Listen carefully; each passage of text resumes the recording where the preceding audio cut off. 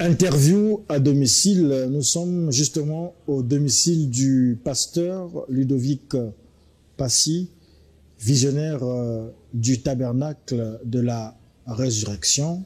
Bonjour pasteur. Bonjour. Avec vous pasteur, nous parlerons du message du temps de la fin. Un message qui, semble-t-il, est en train de mourir, mais pour certains, le message a toujours sa saveur. Avant qu'on en arrive là, on aimerait savoir, découvrir, sinon faire découvrir à nos téléspectateurs, au peuple du Studio 210, qui est réellement le pasteur, qui êtes-vous? Le pasteur Ludovic Passy, il est fondateur d'une église tabernacle de la résurrection. Je suis ministre, prédicateur de longue date. De longue date. Depuis 1995 que j'ai commencé à prêcher ce message. Donc, je ne suis pas un nouveau converti, mais un vieux routier. Depuis 1995, pour nous expliquer, ça se passe où? À Brazzaville, en dehors de Brazzaville? Mais ici, je parle du message comme tel. J'ai commencé à prêcher ici à Brazzaville en 1995. Et ensuite, par la grâce de Dieu, je suis allé aux États-Unis en 2010. Donc, je prêchais ce message aussi aux États-Unis, en Europe surtout aussi. Je prêche beaucoup à travers le monde entier, en Afrique du Sud. Donc, je suis quand même un vieux routier. D'accord, ça c'est pour ceux qui ne vous connaissent pas. Mais surtout pour ceux qui vous connaissent, savent aussi que vous sortez de la pierre de fête. Oui, ceux qui me connaissent, ils savent que j'étais l'un des pasteurs associés du pasteur Massamba à la pierre de fête tabernacle de 2015 jusqu'en 2021 en juin où j'ai été destitué contre ma propre volonté. Ah, destitué contre votre propre volonté? Oui. Malgré vous en fait? Malgré moi, puisque je n'étais pas pour cette séparation. Alors, lorsqu'on dit pasteur associé, ça veut dire quoi? Pasteur associé, c'est un pasteur assistant. C'est lui qui assume les fonctions de l'église à l'absence du pasteur. Le pasteur adjoint? Le vice-pasteur, on peut dire ça comme ça? Oui, le vice-pasteur, co-pasteur, pasteur assistant, pasteur adjoint. En fait, moi, je ne comprends pas, je suis un peu perdu parce que ces choses-là, ça se passe comme dans le monde. Oui. C'est-à-dire que lorsqu'on va dans la musique, on a son orchestre, il peut chasser des gens, il peut destituer, il y a des séparations. Et on a l'impression que l'église aujourd'hui, ça se passe comme ça. Il y a des décisions, il y a des séparations, il y a des scissions. Qu'est-ce qui divise les enfants de Dieu qui ont un même objectif, un même idéal, qui est l'amour? La Bible est claire, dit que deux personnes ne peuvent pas marcher ensemble s'ils ne s'accordent pas. Donc si le pasteur Massamba a pu me destituer à mon absence, pendant que je suis en vacances, j'étais parti me reposer aux États-Unis. C'est lui seul qui connaît ses raisons. Vous ne savez pas jusqu'aujourd'hui? L'unique chose qu'il m'avait dit, ça il me dit au téléphone, je suis aux États-Unis. Ah bon? Il m'appelle un samedi, il me dit que Dieu lui a dit, lui et moi on ne peut plus continuer. Pendant ce temps, en 2013, celui qui me ramène au Congo-Brazzaville, toujours, c'était Dieu qui lui avait dit. Donc, ce Dieu-là a encore dit, il a changé. Bon, nous l'acceptons comme tel. Mais vous n'avez pas interrogé Dieu ou bien vous ne parlez pas avec Dieu?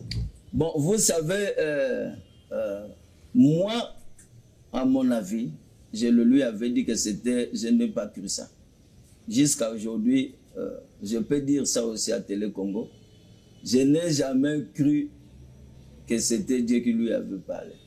Il vous a menti? Bon, c'est lui et sa conscience. En fait, il vous a menti? Non, je dis bien, c'est lui et sa conscience. D'accord, je ne vais pas... C'est lui et sa conscience. Je ne vais pas insister là-dessus. Vous avez dit tout à l'heure que vous avez cru au message du prophète William Marion Branham en 1995. Question, c'est quoi ce message de William Marion Branham? Parce que tout le monde dit message de William Marion Branham, mais on parle aussi de Jésus. Est-ce que ce message est différent du message de Jésus? Je pense que le message de Frère Branham, c'est à lui-même de nous répondre. Hein. Qu'est-ce que ce message de Frère Branham?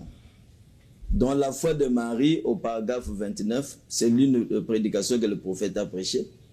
Écoutez ce qu'il dit. Nous voyons donc aujourd'hui que ce message est un vrai message biblique. C'est le retour au baptême du Saint-Esprit. Le retour à la puissance de Dieu. Le retour à la Pentecôte. Il ramène les cœurs des enfants au Père dans ces derniers jours.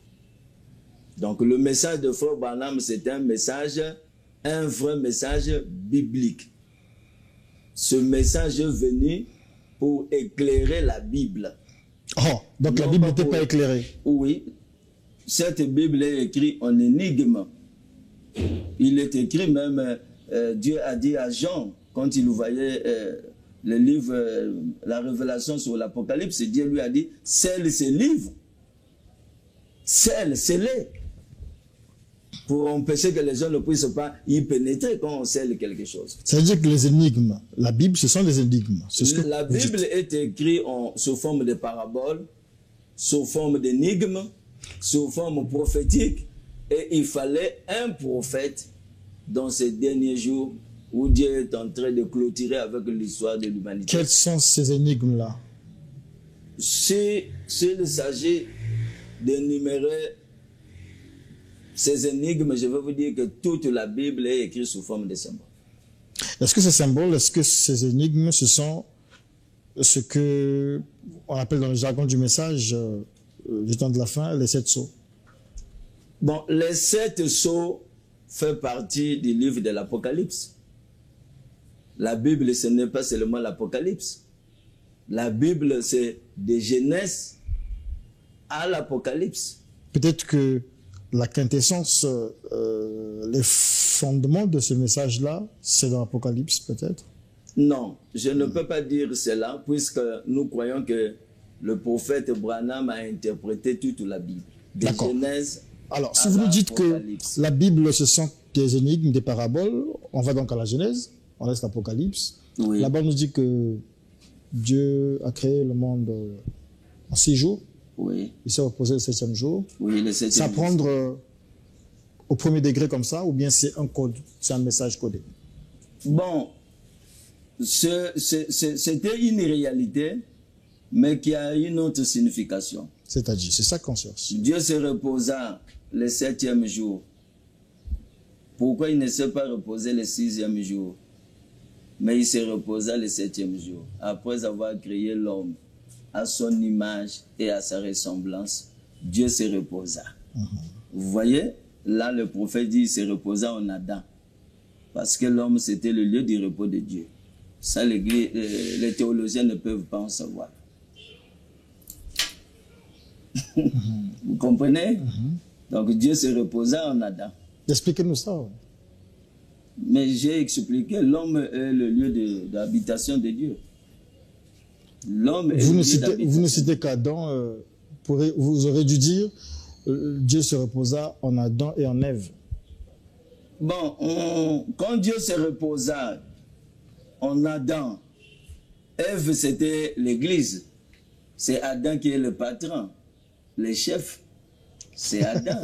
Vous dites des choses, pasteur. pasteur. Le chef de la femme. Ça, on ne peut pas mettre l'égalité entre l'homme et la femme. En Jésus-Christ, il y a ni homme ni femme. C'est écrit dans la Bible aussi quelque part.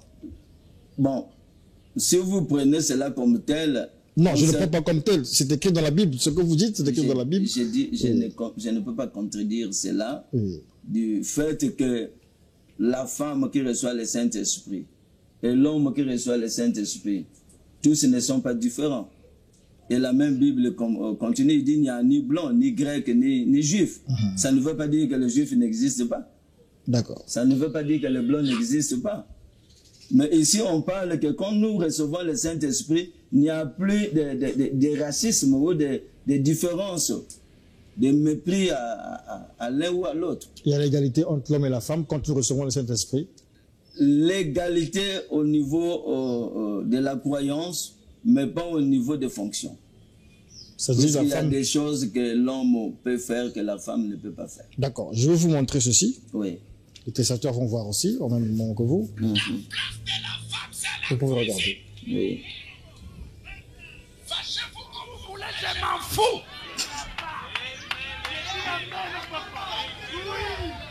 Saint Branham déclare, la place de la femme c'est à la cuisine. Si quelqu'un croit ça qu'il dise amen. Tu peux avoir tes diplômes, c'est bien. Mais en fait, ce sont les galères de ce pays qui t'amènent à travailler. Dans les normes des choses, avec tes diplômes, ta place c'est à la cuisine. Avec ton doctorat, ta place c'est à la cuisine. Et à chaque fois que la femme n'est pas à la cuisine, il y a désordre.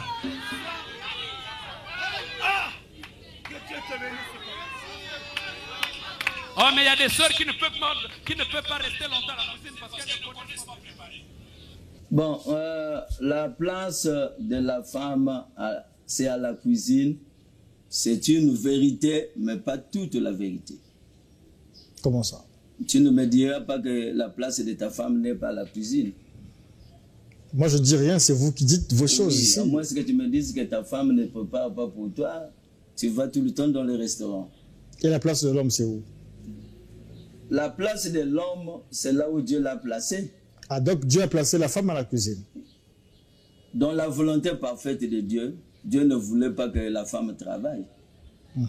Ce n'est pas la femme que Dieu avait dit, tu travailleras à la souillère de ton fond. Les femmes qui travaillent pêchent. Adam. Les femmes qui travaillent pêchent iront en enfer. Non, une femme, qu'est-ce qu'on appelle par une femme? C'est celle qui est dans un foyer. Ne comprenez pas mal cela. Une demoiselle est différente d'une femme. On parle d'une femme, c'est celle qui est dans un foyer. Donc la femme qui est dans un foyer ne travaille pas. Cette femme-là a le droit de travailler si son mari l'autorise. C'est comme moi j'ai autorisé à ma femme de travailler. Mais si le mari ne l'autorise pas, alors elle pêche. Parce que la femme ne peut pas faire autre chose que son mari ne permet pas. La femme doit savoir qu'elle a un chef. L'homme est le chef de la femme. En fait, il n'y a pas de différence entre les musulmans et vous. Le problème, ce n'est pas que nous ne sommes pas différents, nous sommes totalement différents. Sur ce point-là, sur ce point-là. Non, sur ce point, les musulmans sont catégoriques. Mais ici, c'est la décision de l'homme. Je vous ai donné mon propre exemple. J'ai permis à mon épouse de travailler. Elle ne pêche pas. Mais si moi je dis ne travaille pas, j'ai suffisamment de moyens. C'est là où il y a problème. Quand tu interdis à ta femme de ne pas travailler, c'est que tu as suffisamment de moyens pour prendre soin d'elle, pour prendre soin aussi de sa famille. Est-ce qu'une femme qui se voit le refus de travailler par son mari a le droit de demander le divorce? Elle a le droit de demander le divorce parce que le mari l'a demandé de ne pas travailler. Mais et que ce mari n'a pas tous les moyens pour combler tous ses besoins. Mais si le mari n'a pas assez de moyens pour combler tous ses besoins et il interdit à sa femme de ne pas travailler, c'est que c'est un homme insensé. D'accord. Alors, j'aimerais comprendre, pasteur Ludovic Passy, pourquoi interdire à la femme de travailler? Ce n'est pas la parole qui interdit à la femme de ne pas travailler, c'est la décision de l'homme. Oui, cette décision vient de qui? Ça sort d'où? Bon, ça sort du message, ça sort aussi de la parole. Depuis Genèse, Dieu a dit quoi à la femme? Tous tes désirs se tourneront vers ton mari et lui dominera sur toi. Même moi qui permets mon épouse de travailler, il y a d'autres travail que je ne peux pas permettre à mon épouse de faire. Par exemple? Être dans l'armée. C'est pas sain pour moi. Je veux voir ma femme en train de courir en culotte avec le couvent sur la tête. C'est le pire des autres. Vous parlez Il y a des travails uniquement réservés. Vous parlez de domination, pas de soumission. Vous dites que les désirs de la femme sont portés vers l'homme. Oui. À la fois, vous nous dites aussi que l'homme, s'il n'a pas de moyens, il peut permettre à sa femme d'aller travailler. Oui. Évidemment, vous l'avez dit, nous tournons en rang ou bien vous m'embrouillez. Je ne vous embrouille pas, c'est vous peut-être qui ne comprenez pas ce que je veux dire. Vous savez, dans le message, il y a la démocratie. Il n'y a pas de démocratie dans le message. Si. Vous imposez aux femmes de ne pas porter les pantalons. C'est pas nous qui l'imposons, c'est la Bible. Lisez dans Deutéronome 22. C'est la Bible qui interdit à la femme de ne pas s'habiller comme un homme. C'est pas moi. C'est interdit dans l'Ancien Testament. L'Ancien Testament et le Nouveau Testament, il n'y a pas une différence. Il n'y a pas de différence. Mais l'Ancien Testament, par exemple, nous interdit de manger certains animaux. Mais aujourd'hui, on a traversé ça. Pourquoi deux poids, deux mesures sur ces questions-là? Bon, et la Bible dit que ce n'est pas ce que nous mangeons qui suit l'homme. Mais c'est ce qui sort de la bouche qui suit l'homme. Ce n'est pas ce que nous portons qui suit l'homme. Je vous donne un exemple simple, mon cher frère. Promenez-vous en pantalon, là, vous n'allez pas choper les gens. Une femme qui se moule en pantalon, qui monte ses formes, c'est scandaleux. Il y a des pantalons féminins. À moins que ça soit ample. Des pantalons faits pour les femmes. Ample, oui. On peut porter. Je ne peux pas le dire puisque vous n'irez pas chez un tailleur, là où on a dit couture d'âme, on a mis l'échantillon d'un pantalon. On met toujours l'échantillon d'une jupe, d'une robe. Vous avez aussi voyagé. Quand on met dans le pays étranger, parfois on n'a pas écrit que c'est homme, on n'a pas écrit homme, on n'a pas écrit femme, mais on dessine. On met l'homme en pantalon, on met la femme en jupe. Tu sais que là, c'est pour les femmes. Tu ne peux pas rentrer là-bas. Ce n'est que ceux qui portent la jupe qui peuvent rentrer là-bas. Donc, une femme en pantalon n'a pas le droit d'entrer dans les toilettes des femmes. Parce qu'on a mis, ne peut rentrer ici qu'une personne qui est en jupe. D'accord. Je comprends bien aussi, je vais fermer cette parenthèse sur la femme. Oui. Par cette question. Dans les églises du message, oui. Dans le jargon du tabernacle, oui. On voit deux côtés. Les femmes d'un côté et les hommes d'un côté, assis pendant le culte. Oui. Pourquoi c'est comme ça? Les femmes sont impures à ce point? Ce n'est pas à cause de l'impurité. Ce n'est pas aussi le message qui nous a demandé de faire ça. Puisque j'ai communié à Branham Tabernacle plusieurs fois, là-bas les hommes et les femmes sont mélangés. C'est en Afrique ici qu'ils ont pensé séparer les femmes et les hommes. Au tabernacle de la résurrection, c'est comment? Au tabernacle de la résurrection, j'ai continué, j'ai pris cela comme modèle. C'est pas scripturaire. C'est pas scripturel, mais vous savez, il faut aussi préserver le faible. Je ne comprends pas. Je donne un exemple. Vous êtes assis ici. Une femme est devant vous. La chanson est en train de chanter. Toi, tu es assis, la femme en train de danser, de faire bouger son corps derrière toi. C'est une distraction ou une... Non, elle a porté une longue robe, elle n'a pas de pantalon, donc on ne peut pas voir ses formes. Ah bon, longue robe? Mais c'est ça dans les églises du message. Toutes les précautions ont été prises. Oui, mais vous savez ça... C'est comme un monsieur qui avait dit pour aider aux gens de ne pas voler. Sa boutique, il a fait un petit tous élément, là où on peut introduire l'argent. Il dit c'est pour éviter que les gens ne pêchent pas. Nous le faisons, c'est pour... Il y a des gens très convoiteurs. Mais c'est bizarre. Dans l'église, vous mettez cette séparation-là, mais dès que le culte finit, le frère et la sœur peuvent se saluer, peuvent se dire amen, c'est comme si on n'a rien fait, parce qu'il peut...